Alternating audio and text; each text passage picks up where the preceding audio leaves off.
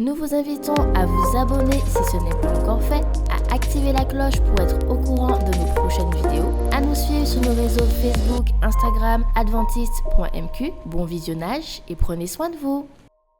Faites l'expérience Espérance Média. Vibrez, écoutez et regardez votre radio Espérance FM en direct. Les podcasts de vos émissions préférées, les worship moments, tout à portée de main en un clic. Téléchargez dès maintenant l'application Espérance Média, disponible sous les plateformes de téléchargement Apple Store et Google Play.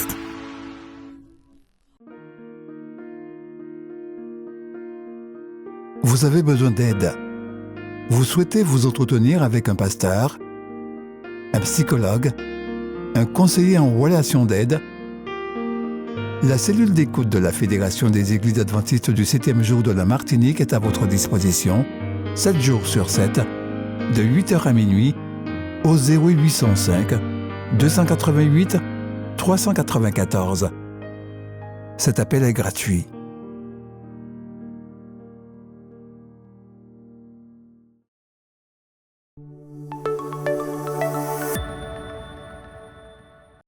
Jaël et son ami Joseph vivent dans le beau pays d'Amérique centrale appelé Belize et ne se fatiguent jamais d'explorer les nombreux endroits fascinants de ce pays.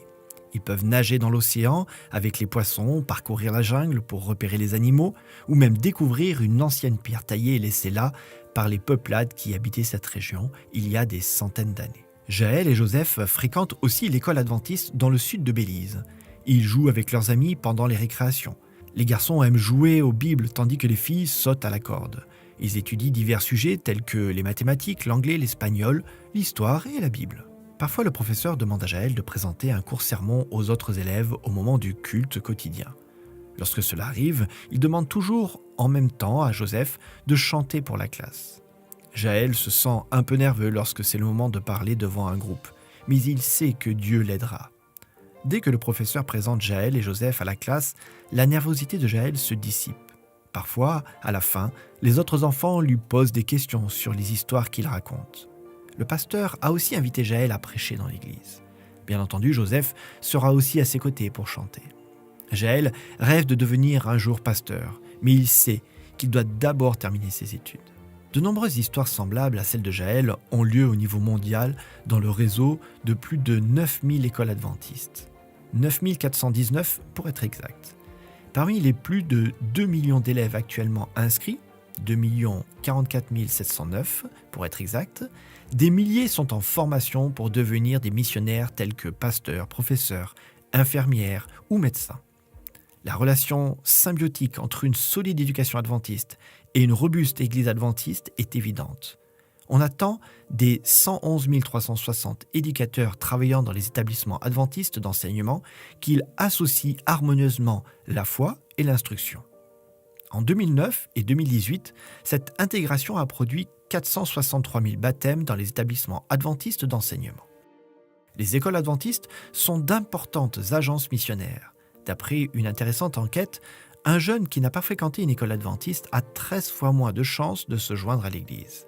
Et bien que, parmi de nombreux groupes démographiques, environ 50% des membres quittent l'Église vers le milieu de leurs années comprises entre 20 et 30 ans. L'enquête, intitulée Value Genesis, a révélé que plus d'années ont passé dans l'éducation adventiste, plus on est attaché aux croyances fondamentales de l'Église et plus on a de chances d'être encore adventiste du 7e jour en atteignant ses 40 ans. Nous pouvons aussi soutenir financièrement cette œuvre en apportant à Dieu nos dîmes et nos offrandes de promesses, nos offrandes régulières et systématiques. Si celles-ci sont réparties telles que le suggère le plan des offrandes combinées, une partie de nos offrandes de promesses sert à la construction et à l'entretien des écoles de mission dans plus de 100 pays. En apportant régulièrement en offrande à Dieu un pourcentage de notre revenu et en répartissant ces offrandes telles que c'est suggéré par le plan des offrandes combinées, nous pouvons faire une différence pour l'éternité dans la vie d'enfants et d'adultes au niveau mondial. Puissions-nous mettre nos désirs à la dernière place et Dieu à la première.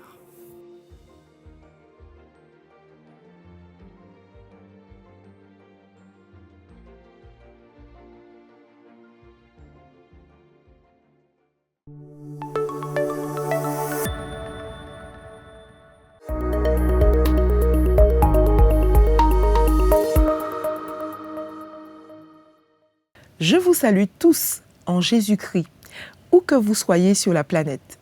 Il est bon de trouver son plaisir dans la loi de l'Éternel et de la méditer jour et nuit. L'esprit libéré des préoccupations de la semaine, nous sommes dans les meilleures dispositions pour nous asseoir au pied de notre divin Maître. Nous avons choisi la meilleure part qui ne nous sera pas ôtée et aussi la meilleure place. Appeler Dieu ou Jésus Maître signifie en fait que nous sommes des élèves sur le chemin d'une école invisible, mais bien réelle. C'est une école invisible parmi bien d'autres que nous fréquentons en ce bas monde. Je vous invite donc, non pas à partir sur le chemin de l'école, mais sur le chemin des écoles visibles et invisibles. Prions ensemble. Seigneur Père éternel, je te prie de mettre en moi ton esprit et mettre dans ma bouche les paroles qui sauront réconforter et fortifier tous les auditeurs qui nous écoutent. Bénis chaque auditeur là où il se trouve, que ta paix, que ta grâce repose sur eux au nom de Jésus. Amen. Aimez-vous l'école? J'ai posé cette question à une quarantaine d'élèves du cours élémentaire et du cours moyen. 70% d'entre eux ont avoué aimer l'école. C'est rassurant quand on sait qu'à cet âge, les enfants passent une bonne partie de leur temps dans un établissement scolaire. Ils y trouvent certainement un bénéfice. En général, ils sont avides de connaissances et souvent très curieux. Je leur ai aussi demandé où mettraient-ils l'école de leurs rêves. Observez bien le camembert. Seule une infime partie des élèves rêvent de l'école entre quatre murs. Ils sont tout juste 3%. Pourtant, d'une manière générale, la plupart des écoles sont installées dans des bâtiments. Celle qui a obtenu le plus de succès, c'est l'école itinérante où l'on peut visiter à l'infini divers lieux. C'est tout de même 34% du groupe. Dans cette école, tous les jours, on est en sortie. Après vient l'école dans la nature avec 23%. Si on ajoute 23% et 11%, eh bien, ces 11% qui ont répondu à l'extérieur, on peut dire que plus de la moitié des élèves souhaiteraient une école hors des murs d'une classe. Continuons. Je leur ai demandé une chose qu'ils aimeraient voir à l'école. Les activités sportives ont eu le plus de suffrages avec 21%. Ellen White, un auteur chrétien du siècle dernier, avait déclaré sous sa plume: la véritable éducation est plus que la poursuite d'un certain programme d'études. Elle est le développement harmonieux des énergies physiques, mentales et spirituelles. Elle avait bien raison de placer le développement physique en premier, car dans la réalité, vous l'avez bien vu, les jeunes aiment l'exercice physique, les jeux collectifs, les jeux de ballon. Seulement 6% des élèves ont aspiré à la dimension livresque de l'école. En fait, les élèves sont passés aujourd'hui du livresque au numérique.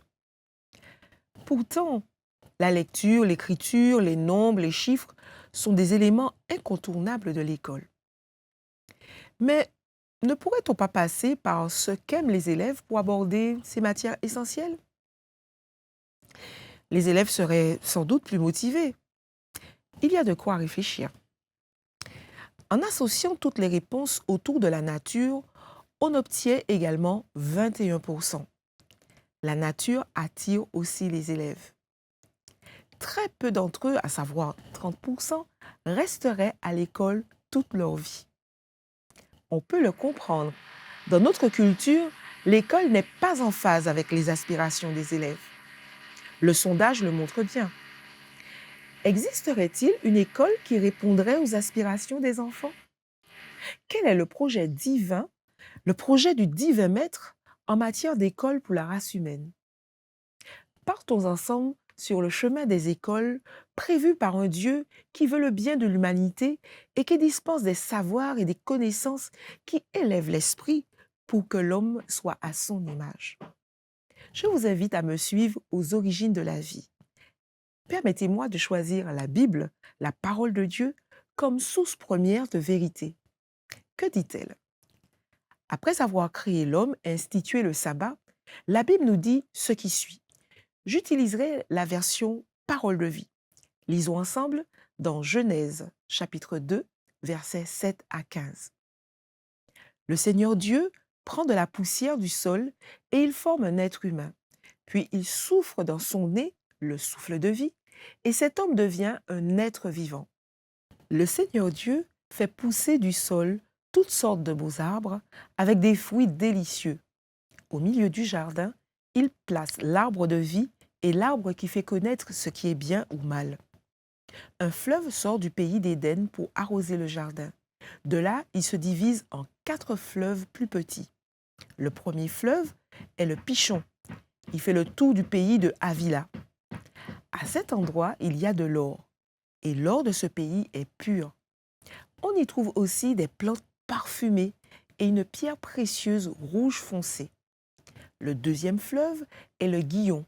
Il fait le tour de tout le pays de Couche. Le troisième fleuve, c'est le Tigre. Il coule à l'est de la ville d'Assour. Le quatrième fleuve, c'est l'Euphrate. Le Seigneur Dieu prend l'homme et il le place dans le jardin d'Éden pour le cultiver et pour le garder. Voici donc le cadre mis en place par Dieu lui-même pour nos premiers parents. Voici ce qu'Ellen White, un auteur chrétien, écrit dans son livre Éducation au chapitre 2, intitulé « L'école d'Éden ». Nous verrons quelques extraits de ce chapitre. Je cite « La méthode d'éducation établie au commencement du monde devrait servir de modèle à l'homme à travers la suite des temps. Pour en illustrer les principes, une école pilote fut ouverte en Éden, demeure de nos premiers parents. Le jardin d'Éden était la salle de classe, la nature était le manuel d'études, le Créateur lui-même le maître et les parents de la race humaine, les élèves. C'était là, dans la splendeur de la nature intacte, que nos premiers parents allaient recevoir leur divine éducation. Adam et Ève entendaient la voix de Dieu et communiquaient avec lui face à face. Une tâche utile leur avait été confiée, véritable bénédiction pour fortifier leur corps, développer leur esprit, former leur caractère. Le livre de la nature, qui leur prodiguait des leçons vivantes, se révélait être un manuel inépuisable et merveilleux. Tout s'offrait à l'étude des élèves de la première école terrestre. Ainsi, la terre était l'emblème parfait de celui qui est riche en bienveillance et en fidélité. C'était un excellent sujet d'étude pour ceux qui avaient été créés à son image. Dieu souhaitait que la terre entière suivît l'exemple du jardin d'Éden et qu'au fur et à mesure qu'elle s'agrandirait, la famille humaine crée d'autres foyers où les élèves pourraient de plus en plus, de mieux en mieux, refléter la lumière de la connaissance de Dieu à travers l'éternité. Au chapitre 5 du même livre, on lit « Le système éducatif conçu en Éden reposait sur la famille.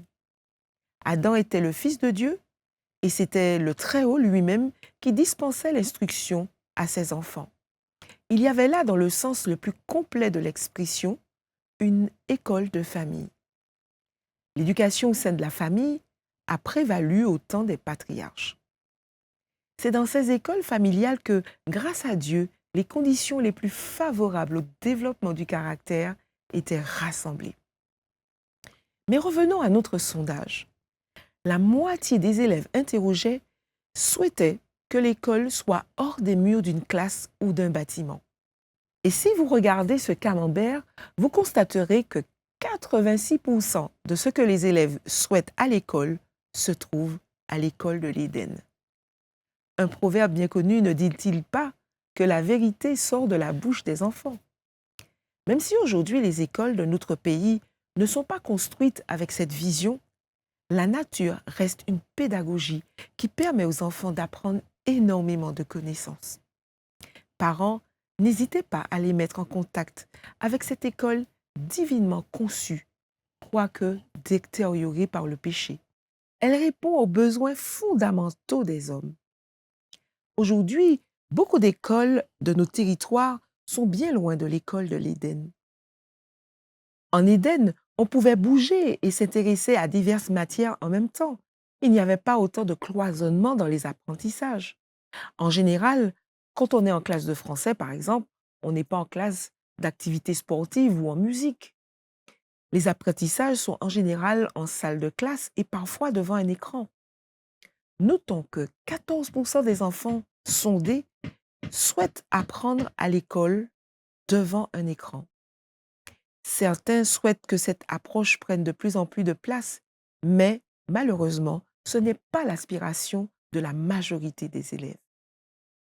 Le péché a affecté la manière dont nous abordons l'école. Aujourd'hui, l'accent est mis sur la formation intellectuelle et académique.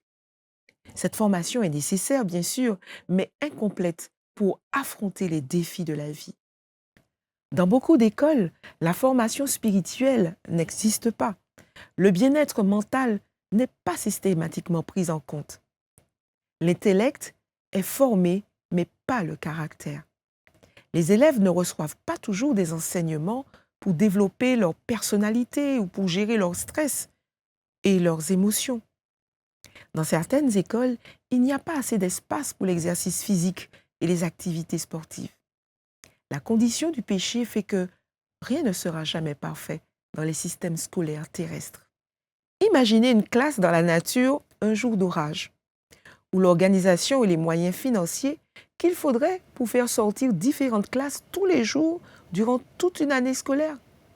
Que serait l'éducation de certains enfants dans leur famille qui dysfonctionne, où la maltraitance est quotidienne, systématique, voire normale? Les écoles d'ici-bas ont leurs limites, quand bien même elles forment des jeunes pour la vie en société, pour avoir un travail, pour avoir une situation dans la vie. L'école est incontournable. D'ailleurs, elle est obligatoire de 3 à 16 ans dans notre pays. Elle participe à la stabilité d'une nation. Faudrait-il se limiter à cette école visible, centrée sur la sagesse humaine? L'école de la vie joue aussi un rôle important. Elle commence depuis le ventre de notre mère pour s'achever le jour de notre mort. C'est un cheminement où chacun apprend par sa pratique et sur le terrain de l'expérience quotidienne. On y apprend souvent durement. Elle nous permet de nous confronter aux lois de la vie instituées par Dieu lui-même. On y rencontre parfois le Christ au revers d'une expérience. Christ est passé lui aussi par cette école. Nous pouvons le lire dans Hébreux chapitre 5, les versets 7 à 9. Le Christ, pendant sa vie sur terre, a adressé à Dieu des prières et des supplications, avec de grands cris et des larmes. Il a prié Dieu qui pouvait le sauver de la mort. Et Dieu l'a écouté parce qu'il est resté fidèle. Le Christ est le Fils de Dieu, c'est vrai, mais par ses souffrances, par toutes ses souffrances, il a appris à obéir. Dieu l'a rendu parfait. Alors maintenant, ceux qui obéissent au Christ reçoivent par lui le salut qui dure toujours. L'école de la vie nous apprend la valeur de l'obéissance aux lois de Dieu au travers des souffrances que nous endurons à cause du péché et de nos mauvais choix. Mais ces écoles, l'école de la vie et l'école officielle, ne conduisent pas systématiquement à l'obéissance, car en fait, nous ne sommes pas capables d'obéir à Dieu par nous-mêmes. Jésus a obéi grâce à sa relation privilégiée avec Dieu le Père. Il priait parfois avec des larmes et de grands cris. L'école de la vie se limite à éveiller notre conscience, mais elle ne peut faire de nous des êtres parfaits. Y a-t-il une école qui nous permettrait d'y arriver? Ellen White, cet auteur chrétien dont je vous ai parlé au début du message, parle de l'école du Christ. Elle nous mène à une éducation rédemptrice et complète. Elle dit dans le livre « Conseils aux éducateurs, aux parents et aux étudiants » au chapitre 1, intitulé « La véritable éducation supérieure », elle dit ceci: « La connaissance de la vraie science est source de puissance. Dieu souhaite qu'elle soit enseignée dans nos écoles en préparation de l'œuvre qui doit être accomplie dans les dernières scènes de l'histoire de cette terre. Mais si cette connaissance est source de puissance, celle que Christ est venu communiquer en personne est une source de puissance plus grande encore. La science du salut est la science la plus importante que l'on puisse enseigner. La sagesse de Salomon est désirable, mais celle du Christ l'est bien plus encore, car elle est vitale. Nous n'entrerons pas en relation avec le Christ à l'aide d'une seule formation intellectuelle, mais par lui, il nous est possible d'atteindre le barreau le plus élevé de l'échelle menant à la grandeur intellectuelle. Il ne faut pas décourager la quête de connaissances artistiques, littéraires ou artisanales. L'étudiant doit d'abord acquérir une connaissance expérimentale de Dieu et de sa volonté. Il est à la portée de tous d'apprendre la science du salut. Même les moins cultivés aux yeux du monde y auront accès s'ils demeurent en Christ, s'ils accomplissent sa volonté, s'ils ont foi en sa parole. Le Seigneur révèle à l'âme humble et confiante que toute connaissance vraie mène au ciel. Elle ajoute au chapitre 2 du même livre, au paragraphe « L'objectif primordial de l'éducation », celui qui cherche assidûment à obtenir la sagesse dispensée dans les écoles des hommes ne doit pas oublier qu'une autre école le réclame aussi comme étudiant. Le Christ a été le plus grand maître que le monde ait connu. Il a communiqué aux hommes une connaissance qui venait directement du ciel. Les leçons qu'il nous a données sont utiles pour notre condition présente et future. Il nous présente les buts véritables de la vie et comment y parvenir. La sagesse infinie nous présente les grandes leçons de la vie. Leçons sur la responsabilité et le bonheur. Elles sont parfois difficiles à apprendre, mais sans elles, nous ne progresserons pas. Elles nous coûteront sans doute des efforts et des larmes, ou même de grandes souffrances. Mais nous ne devons pas faiblir ni nous lasser. Nous finirons par entendre l'appel du Maître. « Mon enfant, élève-toi un peu plus haut. » C'est à travers les épreuves et les tentations que nous deviendrons capables de fréquenter la société des purs et des saints. Ceux qui s'absorbent dans des études de moindre importance au point de cesser d'apprendre à l'école du Christ perdent infiniment. La religion du Christ possède une influence régénératrice qui transforme l'être entier, élevant l'homme au-dessus de tout vice dégradant et servile, exaltant les pensées et les désirs vers Dieu et le ciel. Relié au Dieu infini, l'homme devient participant du divin. Les flèches du mal n'ont plus de prise sur lui, car il est revêtu de la justice du Christ. Toutes les facultés, toutes les qualités que Dieu a accordées aux enfants des hommes doivent être utilisées pour sa gloire. C'est la manière la plus pure, sainte et joyeuse de les exercer. Quand le principe religieux tient la première place, tout pas vers l'acquisition de connaissances ou d'une culture intellectuelle est un pas de plus vers l'union de l'humain et du divin, du fini et de l'infini.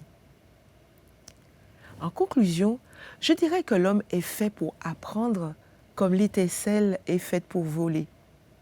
Aux origines, Dieu a placé l'homme dans une école qui correspondait à ses aspirations les plus profondes. L'école de l'Éden, c'est l'éveil de tous les sens, l'apprentissage de toutes les matières en interconnexion. C'est l'école dans le cocon familial. Nous pouvons nous inspirer de cette école pour nos jeunes aujourd'hui. Cela boosterait certainement leur motivation. Mais le péché fait que nous ne pouvons reproduire cette école à l'identique. L'école aujourd'hui reste tout de même un moyen de développement personnel et un outil de réussite dans la vie. Toutefois, deux autres écoles, l'école de la vie et l'école du Christ surtout, sont des passages obligés vers l'école de l'au-delà. École dans l'au-delà où nous retrouverons l'Éden perdu. Dans le sondage, la moitié des élèves disent connaître l'école de l'Éden et l'école de la vie. 74% disent connaître l'école de Jésus et 60% disent connaître l'école du ciel.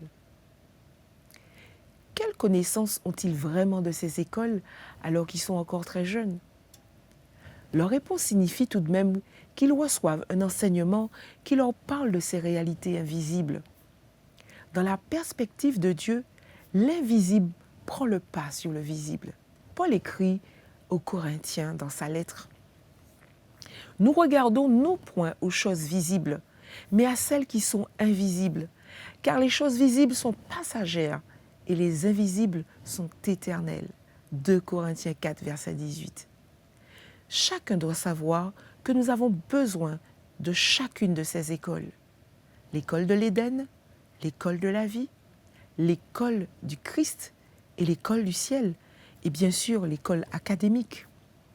L'école du Christ surpasse toutes les écoles. C'est pourquoi je l'appelle souvent la HEC. H pour hôte, E pour école et C pour Christ. Dans l'école normale, courante, on part de l'élémentaire vers le supérieur, de la maternelle au doctorat. Mais pour la HEC, Dieu nous fait descendre de notre supériorité, de notre toute-puissance, pour nous faire descendre vers les sphères de l'humilité et de l'obéissance. Elle nous amène à la dépendance totale à Dieu et à un renoncement complet de soi. À l'école du Christ, les étudiants ne passent jamais d'examen. Certains sont jeunes, d'autres âgés. Ceux qui écoutent les instructions du divin maître progressent constamment en sagesse, en finesse et en noblesse d'âme, se préparant à entrer à l'école supérieure du ciel où ils progresseront tout au long de l'éternité. Alors, point n'est besoin d'examen. C'est ce qu'écrit Ellen White dans un de ses ouvrages sur l'éducation. Ne ratons pas le rendez-vous pour les universités du ciel. Par les mérites du Christ, notre inscription est assurée. Sur le chemin des écoles, mettons notre espoir en Christ, le Dieu de toute grâce, qui nous a appelés en Jésus-Christ à sa gloire éternelle, après que nous aurons souffert un peu de temps, nous perfectionnera lui-même, nous affermira, nous fortifiera, nous rendra inébranlables. À lui seul soit la puissance au siècle des siècles. Amen.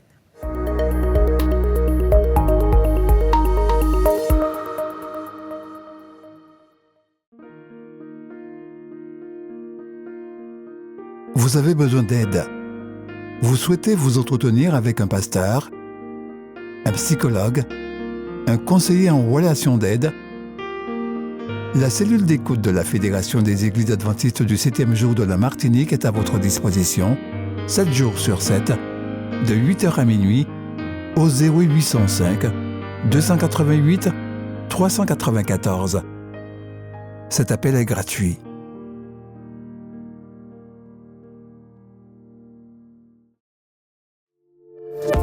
N'oubliez pas de vous abonner si ce n'est pas encore fait, de liker et de partager avec vos amis si cela vous a plu. À bientôt pour une prochaine vidéo.